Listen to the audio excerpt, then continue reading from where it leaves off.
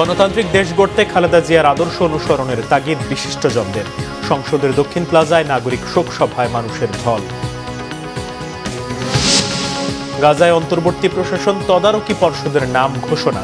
ট্রাম্পের সাথে থাকছেন Tony Blair, Marco Rubio, Steve Witkoff. দেখছিলেন ক্রাউন সিমেন্ট সংবাদ শিরোনাম। এবার বিস্তারিত। শ্রদ্ধা ও ভালোবাসায় সাবেক প্রধানমন্ত্রী বেগম খালেদা জিয়াকে স্মরণ করল দেশের জনগণ।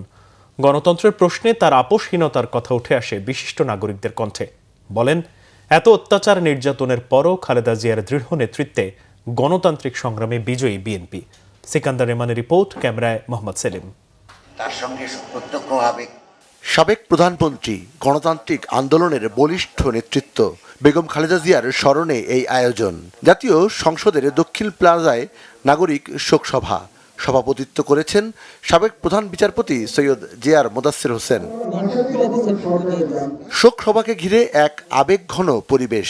শুক্রবার বেলা 2:30টায় সংসদ ভবনের দক্ষিণ প্লাজায় এই শোকসভা শুরু হওয়ার কথা থাকলেও দুপুর গড়ানোর অনেক আগ থেকেই দেশের বিভিন্ন শ্রেণী পেশার মানুষ বেগম জিয়াকে শ্রদ্ধা জানাতে অনুষ্ঠানে যোগ দেন। সপরিবারে যোগ দেন বিএনপি চেয়ারম্যান তারেক রহমান। আগতদের প্রায় সবার পরনেই কালো পোশাক, হাতে কালো পতাকা ও বুকে শোকের ব্যাজ। নাগরিক সমাজের উদ্যোগে আয়োজিত এই শোকসভায় ঢাকা বিশ্ববিদ্যালয় সহ বিভিন্ন শিক্ষা প্রতিষ্ঠানের শিক্ষক, জ্যেষ্ঠ চিকিৎসক, প্রকৌশলী, আইনজীবী এবং ধর্মীয় প্রতিনিধিরা উপস্থিত ছিলেন। এই যে সংযম, পরিণতি বোধ এবং আত্মমর্যাদা, রাজনীতিতে অনেক অনুসারী থাকবেন, অনেক মত পথ দর্শন থাকবে, কিন্তু যে জিনিস যেই রাজনীতিরই, যে সংস্কৃতিরই অনুসারী হন না কেন, এই বিষয়টা আজকে বাংলাদেশের অসহিষ্ণুতার সময়ে অত্যন্ত গুরুত্বপূর্ণ বলে আমি মনে করি। ম্যাডাম খালেদা জিয়ার এই ধরনের অবহেলা, লিভার ফাংশন দ্রুত অবনতি ঘটিয়ে ওনাকে মৃত্যুর দিকে ঠেলে দিয়েছিল। That was a willful negligence. এটা ইচ্ছাকৃত অবহেলা, এটা একটা অমার্জনীয় অপরাধ।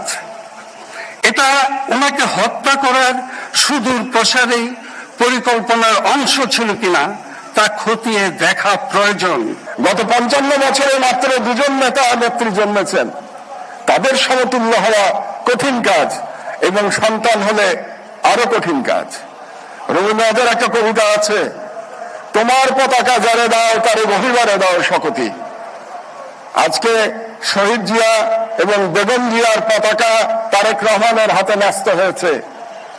মহান আল্লাহ তাআলার কাছে প্রার্থনা জানাই, তিনি যেন সেই অবিস্মরণীয় পতাকা, সেই শক্তির পতাকা, সেই স্বাধীনতার পতাকা তারেক রহমানকে বহন করবার শক্তি দান করেন। অনুষ্ঠানটি গাম্ভীর্যপূর্ণ রাখতে আয়োজকদের পক্ষ থেকে নেওয়া হয় নজিরবিহীন শৃঙ্খলা ব্যবস্থা। বিভিন্ন বিষয়ে বেগম জিয়ার ইতিবাচক চিন্তার কথা স্মরণ করেন বক্তারা। তিনি বাংলাদেশে একটি অবাধ ও সুষ্ঠু নির্বাচনের মধ্য দিয়ে নির্বাচিত প্রথম প্রধানমন্ত্রী। আমরা কেন তাকে প্রথম নারী প্রধানমন্ত্রী বলতে চাই। দ্বিতীয়ত হচ্ছে, রাজনীতিতে যোগ দেওয়ার পরে দ্রুততম সময়ের মধ্যে তিনি সর্বোচ্চ নির্বাহী ক্ষমতা পেয়েছেন, 8-9 বছরের মাথা। এটা কিন্তু একটা রেকর্ড আমাদের দেশে। ওনার চিকিৎসা করতে দেওয়া হয়নি, এবং সেটার প্রমাণ আমরা শুনলাম একটু আগে। এবং এত কিছুর পরেও উনি যখন প্রথম বাণী দিলেন মুক্ত হয়ে, 7ই অগস্ট উনি বিএনপির এক সভায় উনি ভাষণ দিলেন, এবং সেখানে উনি যে মূল বাণীটা আমাদেরকে দিলেন যে ধ্বংস নয়, প্রতিরোধ নয়, প্রতিহিংসা নয়, প্রতিশোধ নয়। বাংলাদেশের মানুষ, এই দেশের এই জনপদের মানুষ তাকে অনন্তকাল ধরে স্মরণ রাখবে। তার দেশপ্রেম, সাহসিকতা, সততা, নিষ্ঠা, ত্যাগ, অত্যাচার সহ্য করার অপরিসীম ক্ষমতা, আরো অনেক কথাই হয়তো বলা যায়। বেগম খালেদা জিয়ার অবর্তমানে তার দল বাংলাদেশি জাতীয়তাবাদের আদর্শ বাস্তবায়নে আরও বেশি জনসম্পৃক্ত কাজ করবে, জনগণের কল্যাণে সবাই ঐক্যবদ্ধ থাকবে এমন প্রত্যাশা বিশিষ্টজনদের। তিনি সাবেক তিনবারের প্রধানমন্ত্রী, তিনি সাবেক রাষ্ট্রপতির সহধর্মিণী, তিনি বীর মুক্তিযোদ্ধা, তিনি বেগম খালেদা জিয়া। আজ বেগম খালেদা জিয়া নেই, কিন্তু রেখে গেছেন তার আদর্শ। বাংলাদেশের গণতন্ত্র, নারী জাগরণ, মানবাধিকার আইনের শাসন প্রতিষ্ঠায় বেগম খালেদা জিয়ার আদর্শে উদ্বুদ্ধ হয়ে এদেশের অগণিত মানুষ কাজ করছে এবং সামনের দিকে এগিয়ে যাচ্ছে। এটাই বেগম জিয়ার জীবনের সবচেয়ে বড় সার্থকতা। সিকান্দার রহমান, বাংলা ভিশন, জাতীয় সংসদ ভবনের দক্ষিণ প্লাজা, ঢাকা। সিলেটে মেজি ওসমানী মেডিকেল কলেজ হাসপাতালে মধ্যরাতে ইন্টার্ন চিকিৎসকদের উপর হামলার ঘটনায় কর্মবিরতি ডেকেছেন হাসপাতালের ইন্টার্ন চিকিৎসকরা। প্রত্যক্ষদর্শীরা জানান, গত রাত 11:30টার দিকে হাসপাতালের 4র্থ তলার 4 নম্বর ওয়ার্ডে রোগী ও তাদের স্বজনদের সঙ্গে ইন্টার্ন চিকিৎসকদের বাকবিতণ্ডা হয়। এক পর্যায়ে রোগীর স্বজনরা তাদের উপর হামলা করেছে বলে অভিযোগ করেন চিকিৎসকরা। এই ঘটনায় অবিলম্বে দোষীদের গ্রেপ্তার ও দৃষ্টান্তমূলক শাস্তির দাবি জানিয়ে অনির্দিষ্টকালের কর্মবিরতিতে নেমেছেন তারা। সিলেট ওসমানী নগরে 3 বাসের মুখোমুখি সংঘর্ষে 2 জন নিহত হয়েছে, আহত 10 জন। পুলিশ ও স্থানীয়রা জানায়, সকাল 7টার দিকে ঢাকা সিলেট মহাসড়কের সোয়ারগাঁও এলাকায় এনা পরিবহন ও ইউনিক পরিবহনের সাথে গাইবান্ধা থেকে আসা শ্যামলী পরিবহনের মুখোমুখি সংঘর্ষ হয়। এতে ঘটনাস্থলেই 2 জনের মৃত্যু হয়।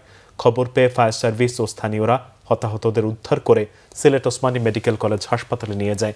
নিহতদের পরিচয় তাৎক্ষণিকভাবে জানা যায়নি।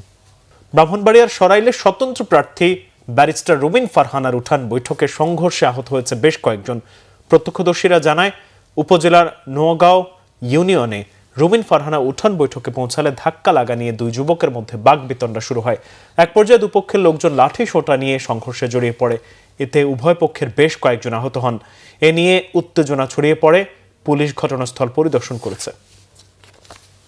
আন্তর্জাতিক প্রসঙ্গ, ফিলিস্তিনের গাজা উপত্যকার অন্তর্বর্তী প্রশাসনের কার্যক্রম তদারকি করতে ট্রাম্পের পরিকল্পিত বোর্ড অফ পিস বা শান্তি পরিষদের সদস্যদের নাম ঘোষণা করেছে হোয়াইট হাউস। মার্কিন পররাষ্ট্রমন্ত্রী মার্ক রুবিও, মধ্যপ্রাচ্য বিষয়ক বিশেষ দূত স্টিভ উইটকভ, সাবেক ব্রিটিশ প্রধানমন্ত্রী টনি ব্লেয়ার ও ট্রাম্পের জামাই জ্যারেড কুশনার পরিষদের সদস্য হিসেবে কাজ করবেন। শান্তি পরিষদ সদস্যদের মধ্যে আরও থাকছেন মার্কিন ধনকুবের মার্ক রোয়ান, বিশ্বব্যাংকের প্রেসিডেন্ট অজয় বাঙ্গা এবং ট্রাম্পের উপদেষ্টা রবার্ট গ্যাব্রিয়েল। পাশাপাশি জাতিসংঘের মধ্যপ্রাচ্য বিষয়ক সাবেক দূত নিকোলাই স্লাদেনেভ গাজায় উচ্চ পর্যায়ের প্রতিনিধি হিসেবে দায়িত্ব পালন করবেন।